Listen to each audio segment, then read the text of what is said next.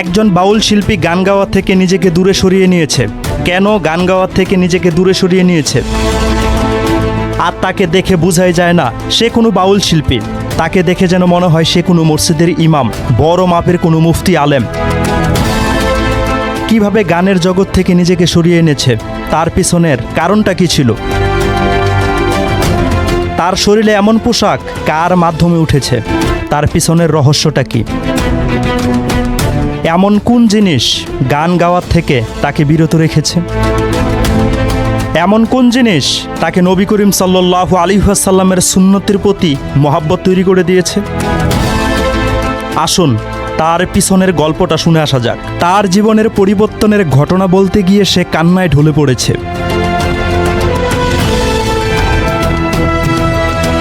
তার চোখে পানি এনে দিচ্ছে কোন কারণ?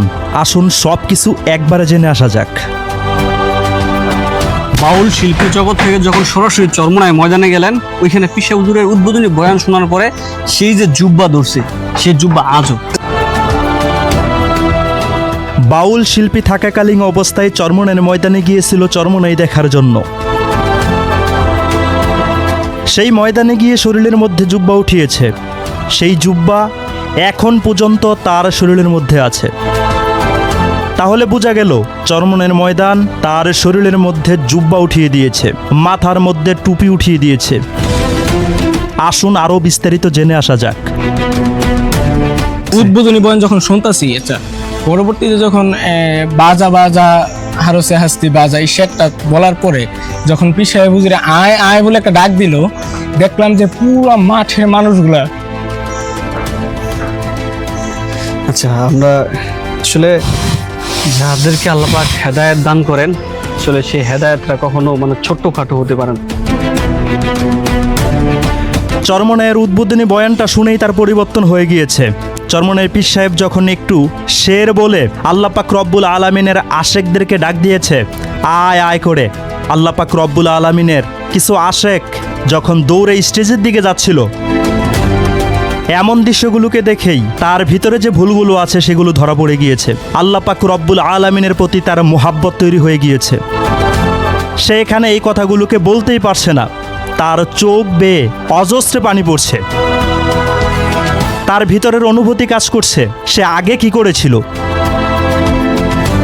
এই অনুভূতির থেকে সে কথাগুলোকে ঠিকভাবে বলতে পারছে না, কান্নায় জর্জরিত হয়ে যাচ্ছে।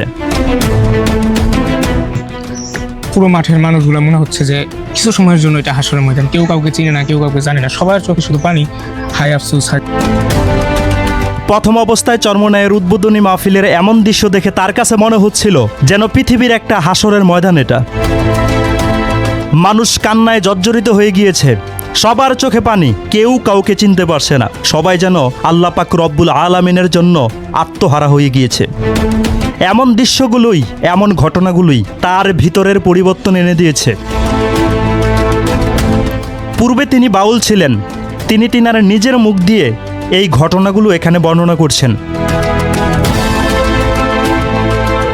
আমার প্রাণপ্রিয় ভাই ও বন্ধুরা, উনি ওনার জীবনের গল্পটা এখানে তুলে ধরেছেন।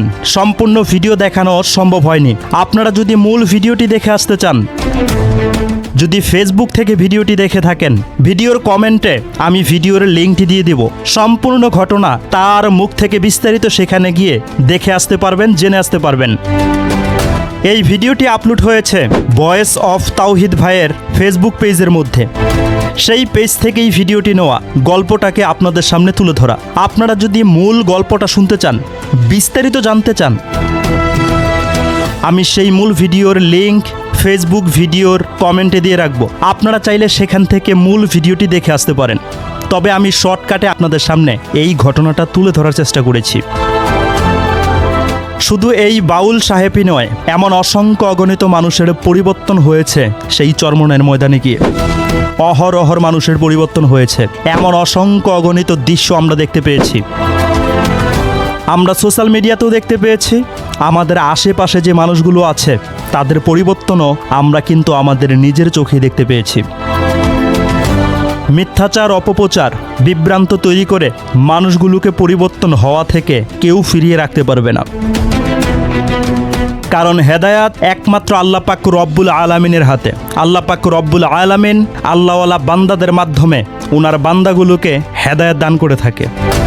তো যাদের মাধ্যমে মানুষগুলোর হেদায়েত হচ্ছে, পরিবর্তন হচ্ছে, তাদের নামে অপপ্রচার, বিভ্রান্ত, মিথ্যাচার করে তাদেরকে কখনোই দমিয়ে রাখা যাবে না। কারণ আল্লাহ পাক রব্বুল আলামিন স্বয়ংভাবে তাদের সাথে আছেন, তাদেরকে সুরক্ষা দিচ্ছেন। কারণ যে বান্দা আল্লাহর হয়ে যায়, আল্লাহ তাআলা সেই বান্দার হয়ে যায়।